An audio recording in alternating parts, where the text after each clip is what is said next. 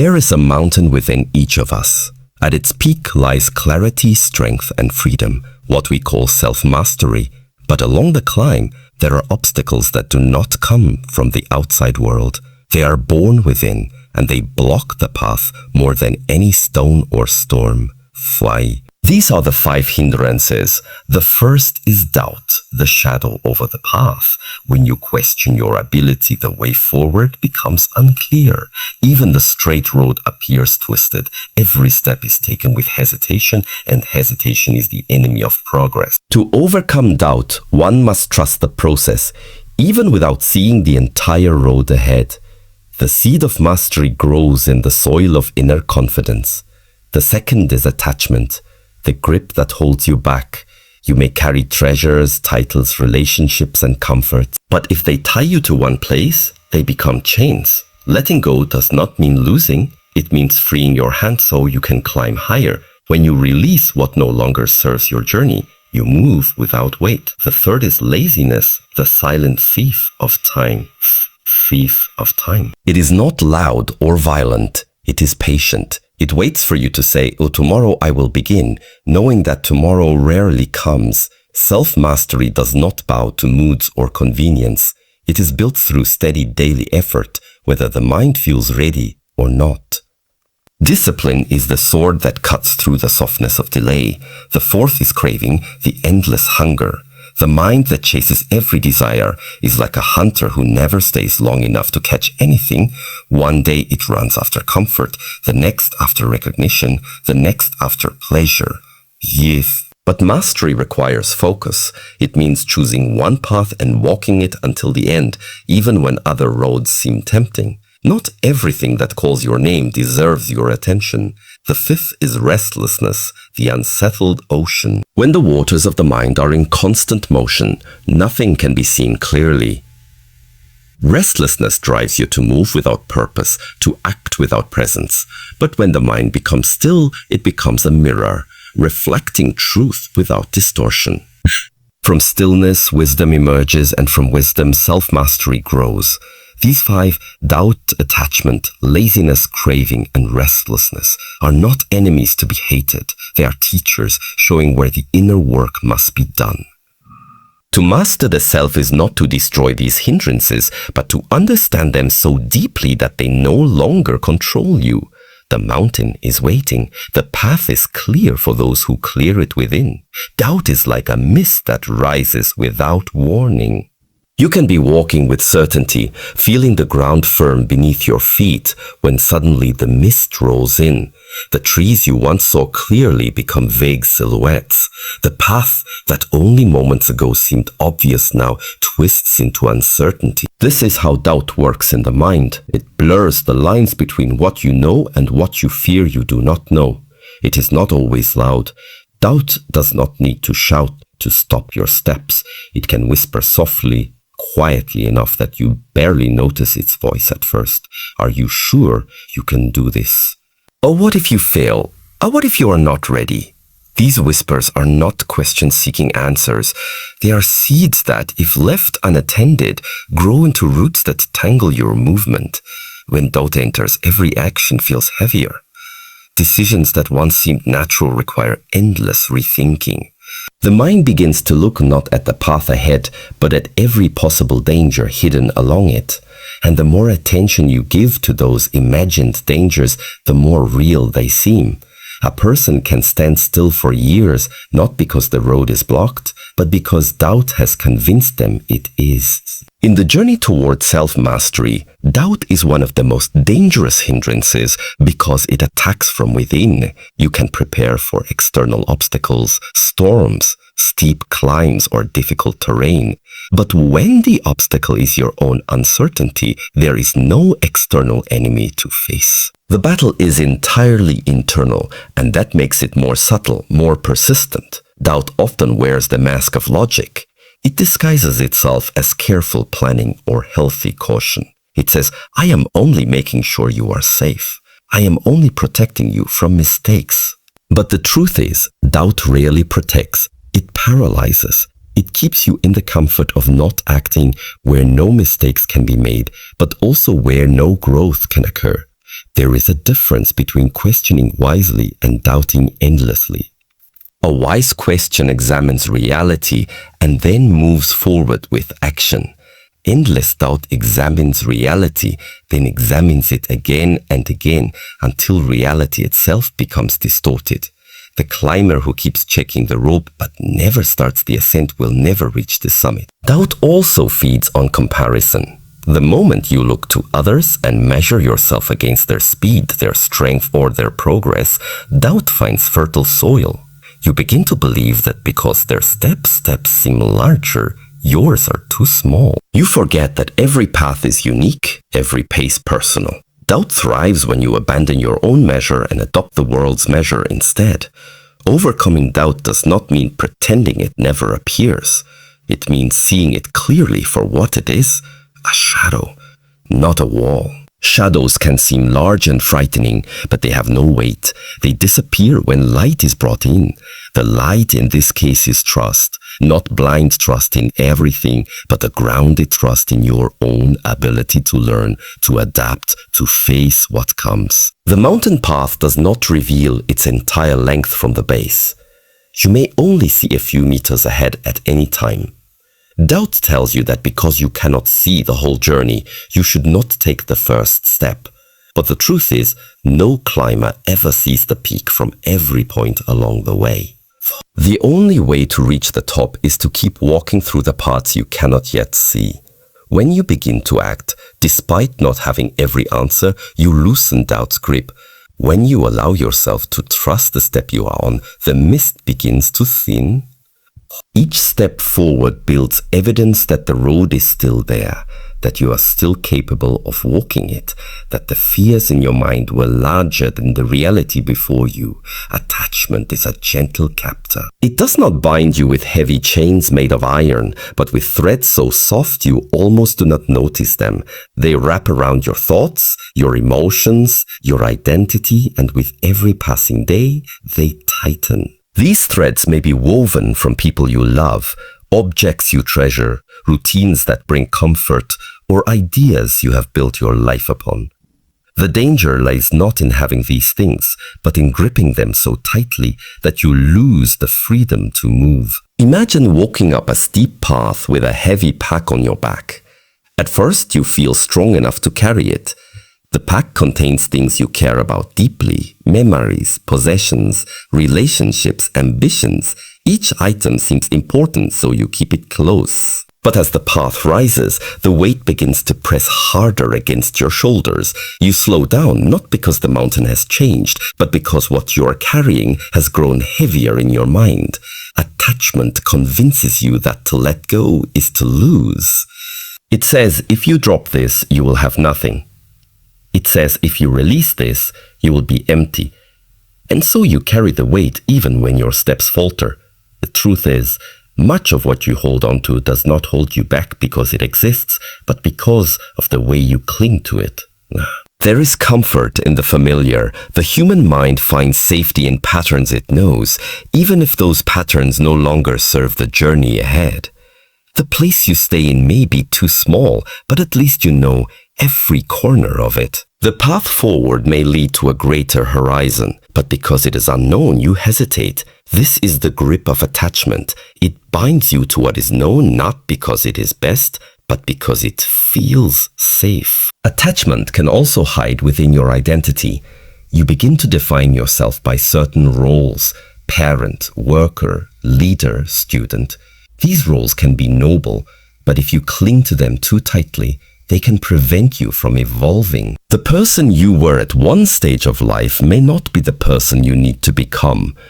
Yet if you believe you must remain exactly as you have been, you cannot grow into what you could be. There is also attachment to success, to recognition, to the image others hold of you. When you chase approval, you become a prisoner of other people's opinions. Their praise lifts you, their criticism shatters you. In this way, your peace becomes dependent on forces beyond your control. The climb to self-mastery cannot be steady if your stability rests on the shifting ground of public perception.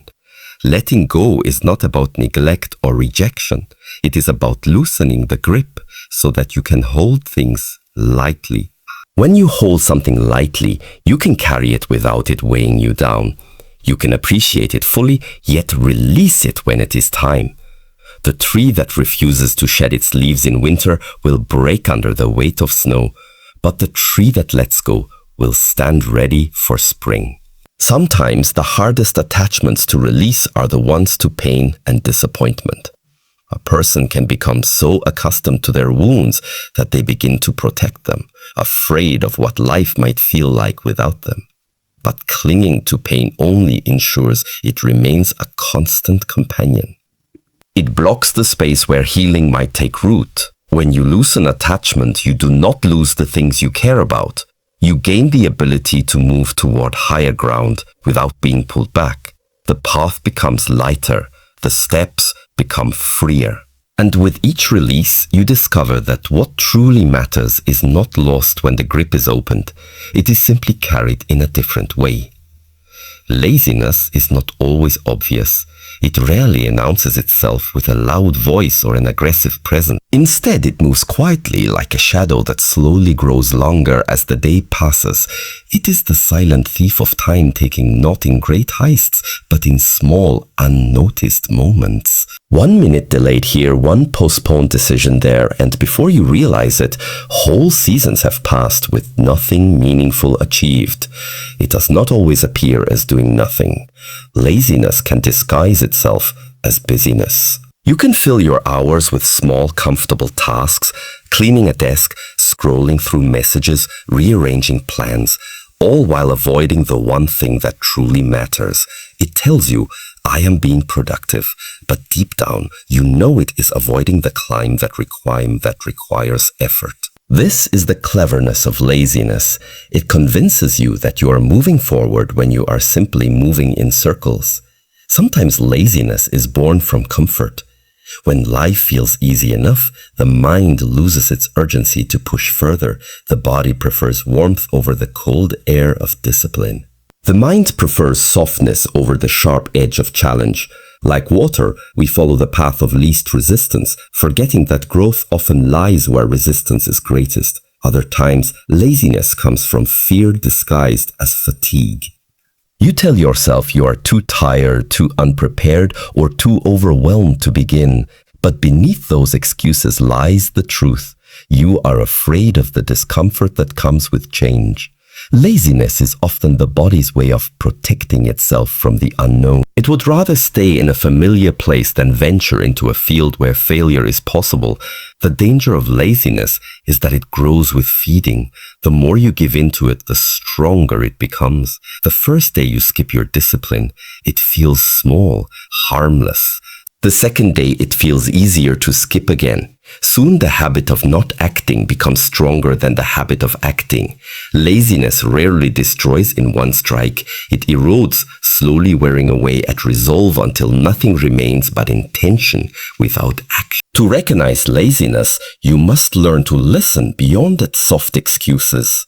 It will tell you there is still time, that tomorrow will be better, that you will feel more motivated later. It will promise a perfect moment in the future when everything will align, but the perfect moment never comes. The mountain is climbed step by step, not when conditions are flawless, but when the decision is made to take the next step regardless. The antidote to laziness is movement, not grand movements, but small, deliberate actions taken consistently.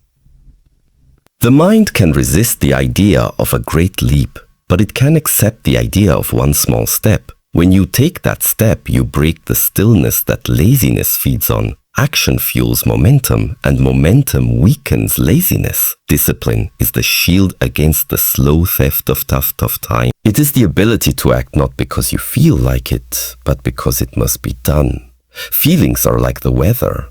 They change without warning.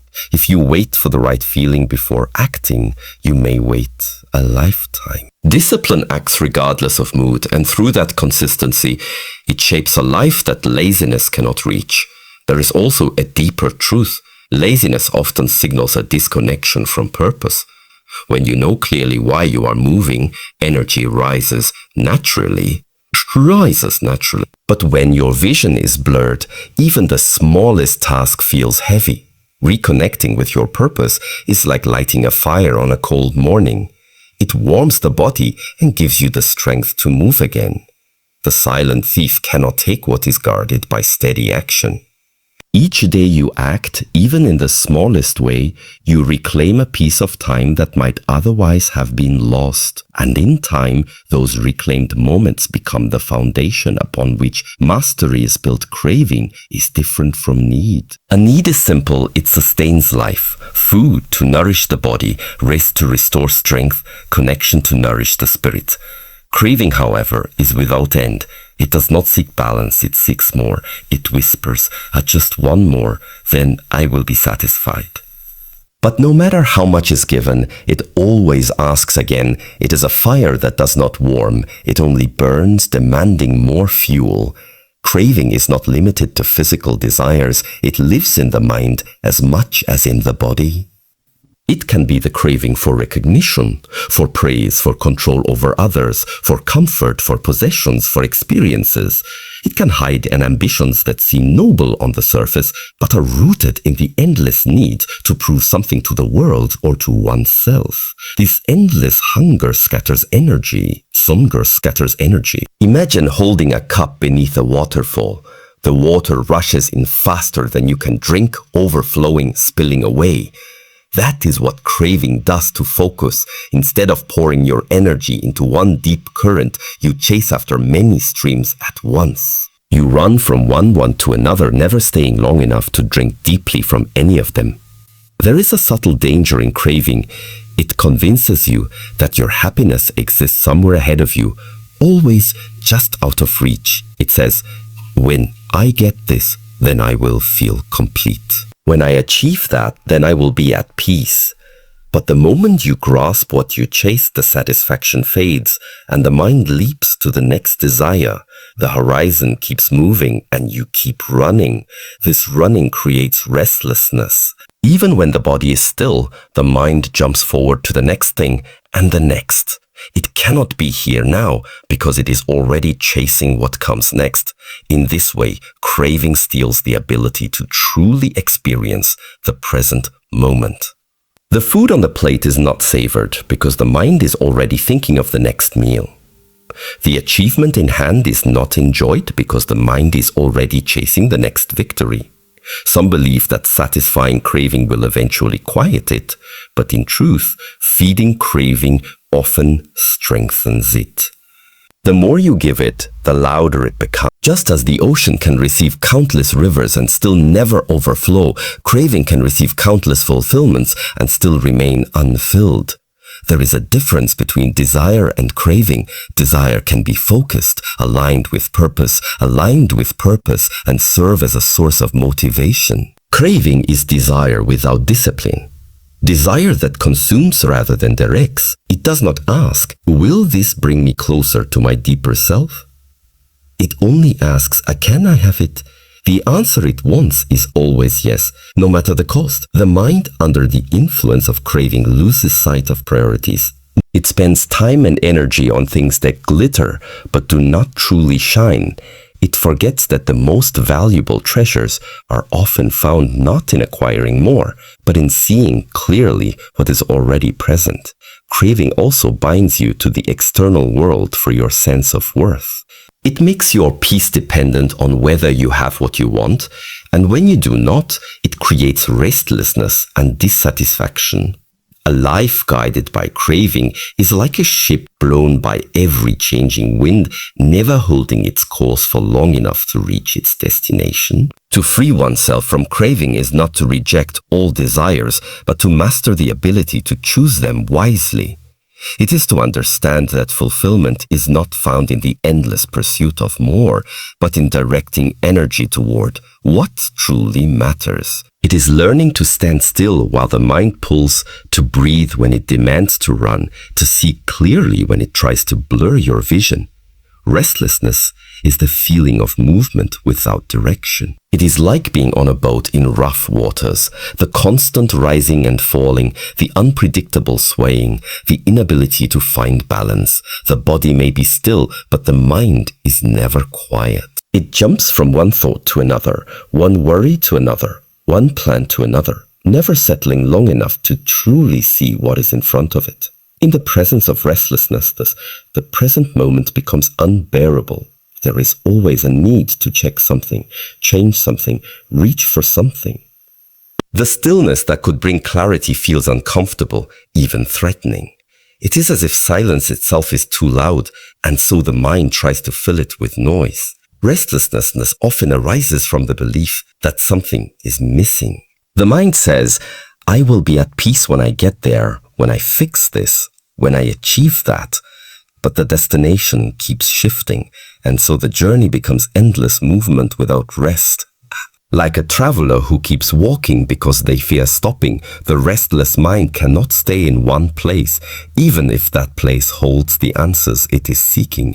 This hindrance steals focus. When you sit down to work, thoughts pull you towards something else, a different task, a different plan, a different desire. The moment you begin one thing, you are already thinking about the next. You never give your full presence to anything, and so nothing is completed with depth. The energy that could be concentrated like a beam of light is scattered like sparks in the wind. Restlessness can also disguise itself as ambition. It says, I am not restless, I am driven. I simply want to achieve more. But true drive has focus and purpose, while restlessness is simply the inability to be content with what is here. Ambition moves toward a chosen goal. Restlessness moves simply because stillness feels unbearable. There is also an emotional form of restlessness. It shows up as the inability to sit with uncomfortable feelings. The moment sadness appears, you look for distraction. The moment boredom comes, you reach for stimulation. The moment anxiety rises, you seek something to fill the space. But in avoiding stillness, you avoid the very process through which understanding and healing could emerge. A restless ocean cannot reflect the sky. The constant waves distort every image. In the same way, a restless mind cannot reflect truth. Everything it sees is shaped by its own turbulence. Only when the waters grow calm can the reflection become clear. But this calmness is not achieved by force. You cannot still the ocean by pushing against the waves. You can only let the wind that stirs them pass on its own. Restlessness thrives in the absence of presence. It feeds on distraction, on the constant search for something more stimulating than what is before you. It tells you that the moment you are in is not enough, and so you abandon it for another and another. Yet each time you arrive in the new moment, the same dissatisfaction appears, because it is not the moment that is lacking, it is the mind that refuses to be here. The discipline to overcome restlessness is the discipline of staying with the task at hand, staying with the breath, staying with the silence, staying with the discomfort long enough to see that it will not destroy you. Over time, the mind learns that stillness is not emptiness but depth, that in quiet waters you can see further than in turbulent waves. Self-mastery is not a path of defeating the world. It is a path of understanding oneself. The 5 hindrances are not enemies waiting to be destroyed, but inner forces waiting to be recognized. Doubt clouds vision, attachment ties us to the past, laziness drains our moments, craving scatters our energy, and restlessness steals our presence. Each of these is a mirror reflecting where our discipline wavers and where our awareness is needed most. The journey does not require perfection. It requires the willingness to walk forward despite imperfection, to see doubt and still step, to loosen the grip of attachment, to rise when laziness tempts us to stay still, to quiet craving by focusing on what truly matters, to calm the restless ocean of the mind until it can reflect truth. The mountain of self-mastery is climbed not in leaps but in steady, intentional steps. Each time we meet a hindrance with awareness, we take another step upward. Each time we act with clarity instead of reaction, the path becomes lighter. And with each step, the peak comes closer, not because the mountain has grown smaller, but because we have grown stronger.